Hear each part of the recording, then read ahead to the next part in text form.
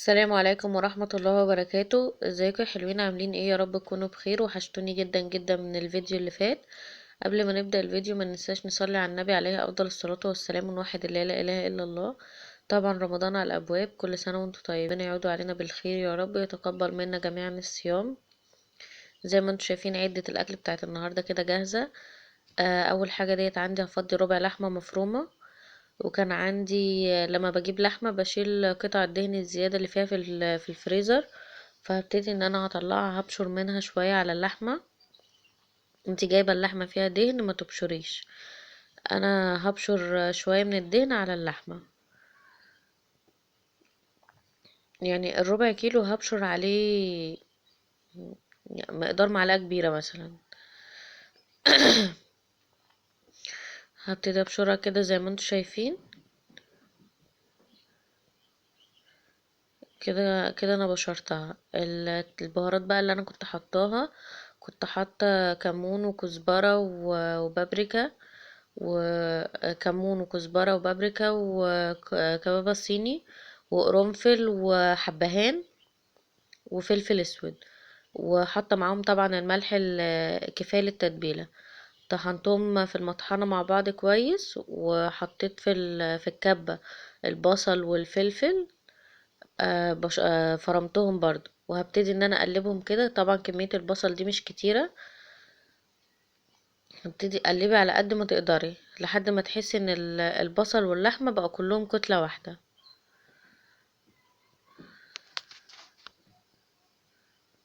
بس كل ما بتقلبي كل ما بتحسي ان كله اختلط ببعضه. بجد الريحة تحفة.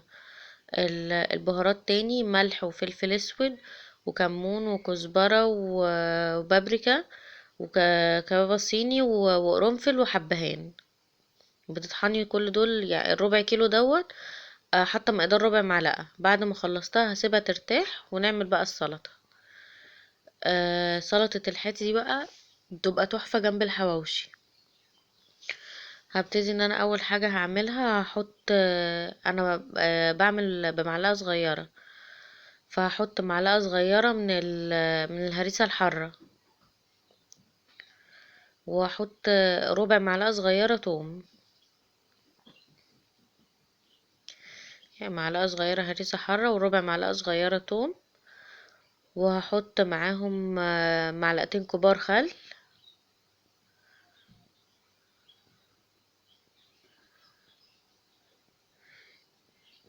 يبقى هنا معلقة صغيرة هريسة وربع معلقة توم ومعلقتين كبار خل. وهحط ملح وفلفل اسود وكمون. وطبعا طالما حاطين توم يبقى هنحط كزبرة. يبقى ملح وفلفل اسود وكمون وكزبرة وبابريكا.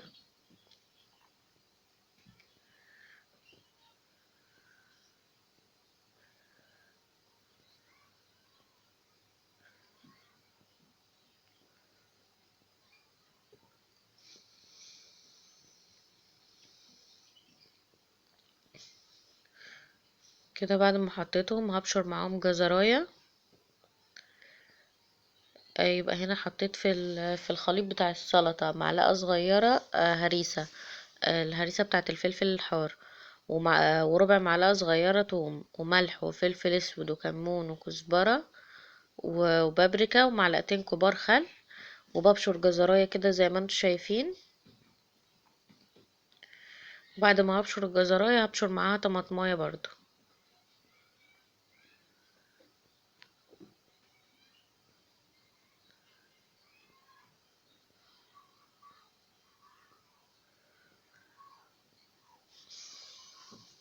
انا كده بعد ما بشرت الجزراية ببشر برضو الطماطماية. جربوا السلطة بالطريقة ديت. طبعا كل واحد ليه طريقته، بس جربوها بالطريقة دي بجد هتعجبكم جدا. انتوا ممكن تسيبوا السلطة وتشربوا اصلا المية بتاعتها اللي هما بيقولوا عليها ويسكي حلال.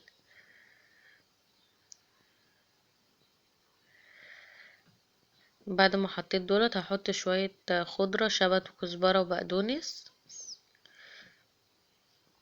وهحط معاهم كوباية مية كبيرة.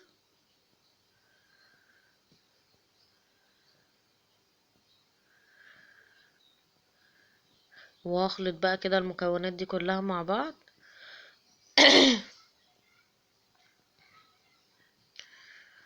هخلط المكونات دي كده كلها مع بعض، وبعد كده بقى هبتدي اقطع عليها الخضار.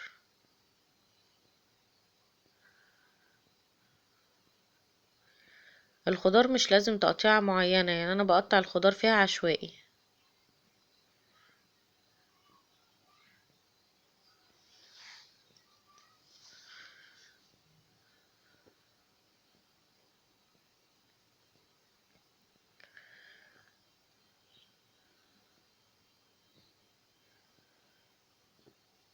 كده بقطع الخيار كده زي ما انتم شايفين.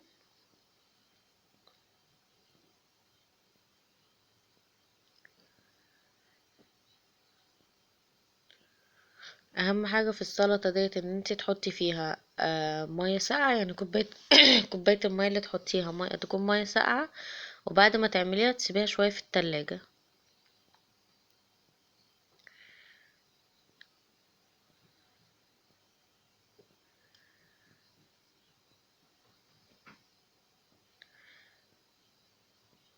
كده انا قطعت الخيار.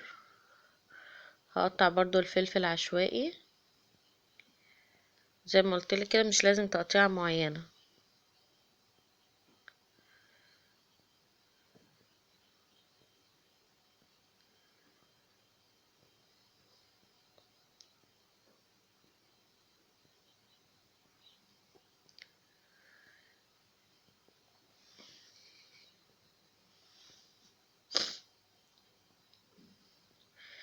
كده بعد ما قطعت الفلفل هقطع بقى البصل.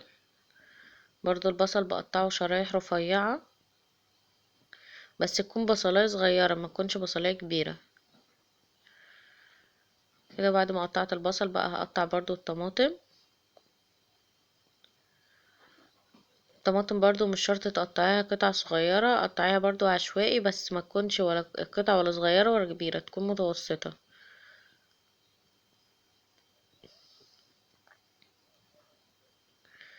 بجد السلطة دي ريحتها وطعمها بيبقوا تحفة، جنب مشويات، جنب حواوشي زي ما انا عاملة، بتمشي جنب اي حاجة.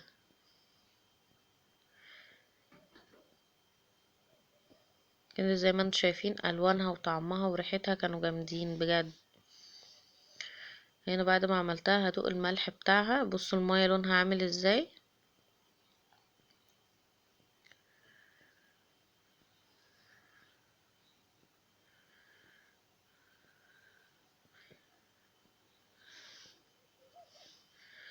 هحطها بقى في التلاجة وهنعمل مع بعض العجينة بتاعة الحواوشي.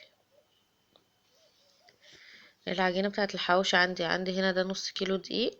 حطيت عليه رشة ملح، وهحط عليه رشة سكر. مش هحط اي حاجة زيادة، يعني عجينة بسيطة خالص. نص كيلو دقيق عليهم رشة ملح ورشة سكر. وهخلط المكونات الجافة دي كلها مع بعض.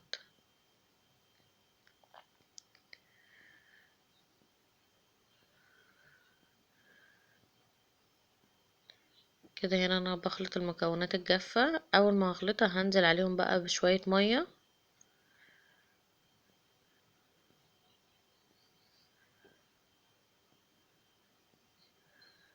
طبعا كل نوع دقيق على حسب المية اللي بياخدها، يعني في دقيق بياخد مية زيادة، في دقيق بياخد مية قليلة. هنا ده النص كيلو حطيت عليه في الاول نص كوباية دقيق. نص كيلو دقيق. حطيت عليه في الاول نص كوباية مية، وهعجن اشوف محتاجة مية تاني ولا لا.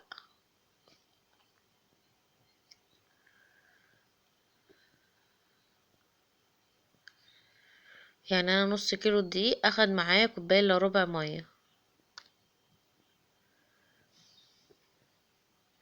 هبتدي اعجن فيها كده زي ما انتم شايفين لحد ما العجينة كلها تلم في ايدي.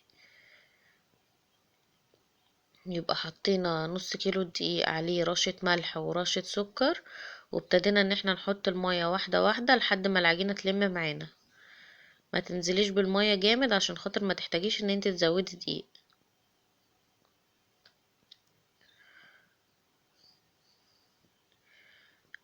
هنبتدي نعجن لحد ما العجينة كلها تلم من ايدينا.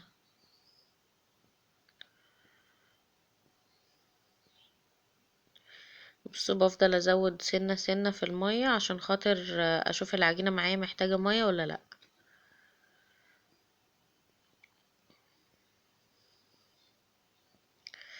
كده انا خلاص مش محتاجة مية تاني. هلمها بقى بشوية المية اللي انا حطيتهم في الاخر دول. يعني انا النص كيلو دي اخد معايا كوباية الا ربع مية. بعد ما حطيت المية انا سايبة الزيت للاخر خالص. هحط اقل من ربع كوباية زيت عشان خاطر العجينة تفرد معايا. بص، حطيت الزيت في الاخر خالص بلم بيه العجينة.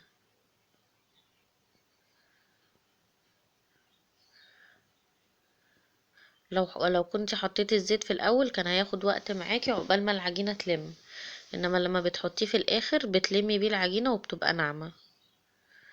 بص، اول ما حطينا الزيت العجينة بدأت تلم ازاي.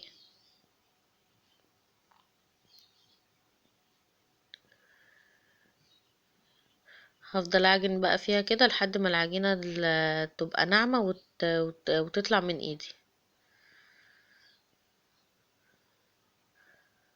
وبرضو تتأكدي ان العجينة بتاعتك ناجحة، ان الطبق مفهوش بواقي عجين، وايديكي ما يبقاش فيها بواقي عجين. بصوا العجينة بقى شكلها عامل ازاي مع العجن. بعد ما خلصتها هسيبها بقى ترتاح شوية. هغطيها بكيسة او بورق ستريتش او اي حاجة او فوطة، وهسيبها حوالي نص ساعة او ساعة ترتاح. هنا دي كده العجينة شكلها بعد ما ارتاحت. هبتدي بقى ان انا اقطعها كور صغيرة وافردها. اول حاجة ديت هجيب الصينية اللي هنحط فيها العيش بتاع الحواوشي، وهحط فيها نقطة زيت وهبتدي ان انا افردها في الصينية.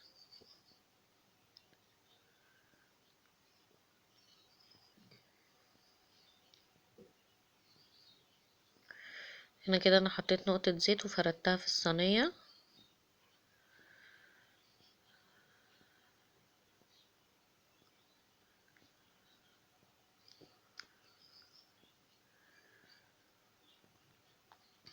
طبعا انا الرخامة بتاعتي نضيفة. هبتدي ان انا اجيب كورة كورة من العجين وافردها.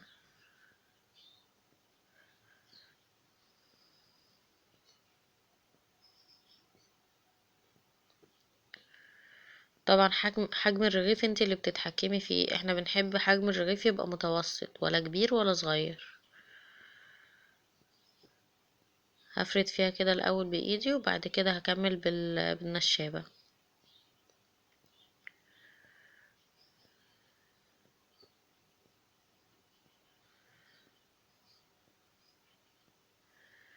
زي ما انتوا شايفين كده بفضل افردها عشان تبقى مدورة.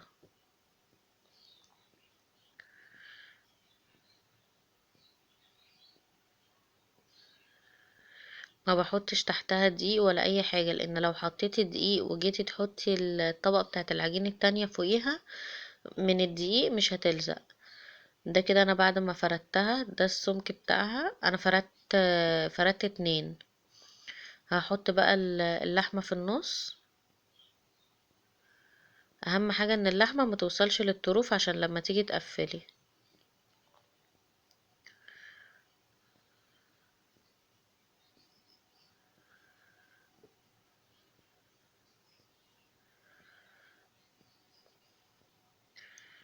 اهو زي ما انتوا شايفين كده. بجد ريحة اللحمة كانت تحفة من البهارات اللي كانت فيها.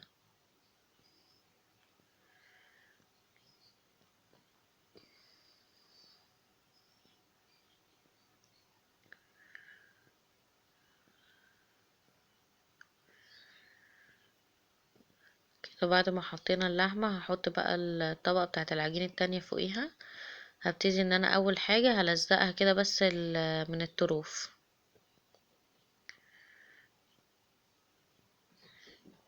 يعني قبل ما هقفلها هبتدي ان انا الزقها الاول من الطروف وبعد كده اقفلها.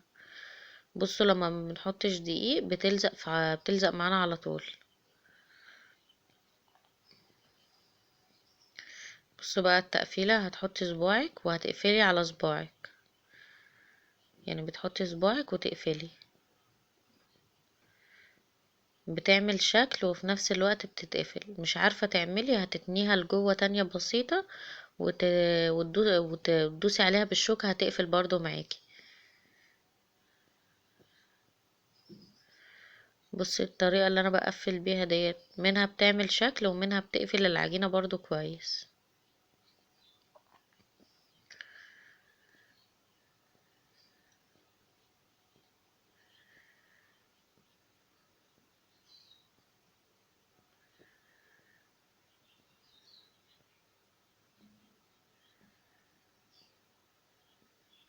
هحطها بقى في الصينية وهخلص باقي الكمية واجيلكوا.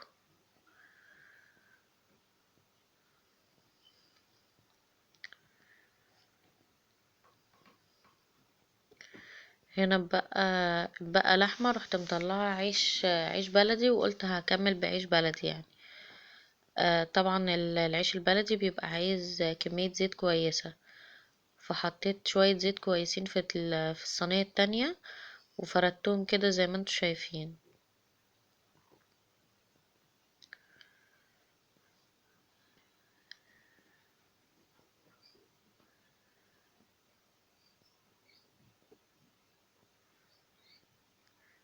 كده بعد ما فردتهم انا رغيف العيش البلدي اللي عندي اللي هو الكبير، هاجي من على الطرف كده واروح فاتحاه كده زي ما انتوا شايفين، هفتحه لحد النص.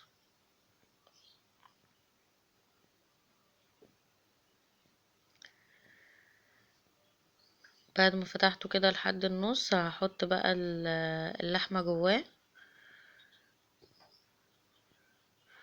هتاخدي طبقة اللحمة برضو وهتفرديها زي ما كنت بتفرديها على العجينة.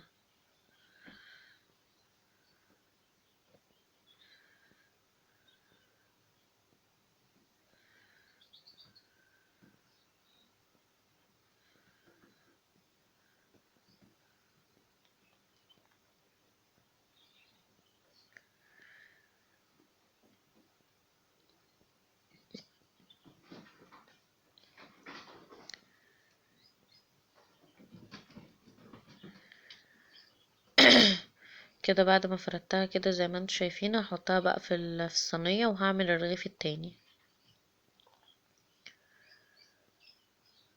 هنا الكاميرا ما كانتش عايزة تصور فيديو، فصورت لكم صور ان انا دهنت الوش لبن. لو ما عندكش بيض دهنت الوش لبن وهدخله الفرن.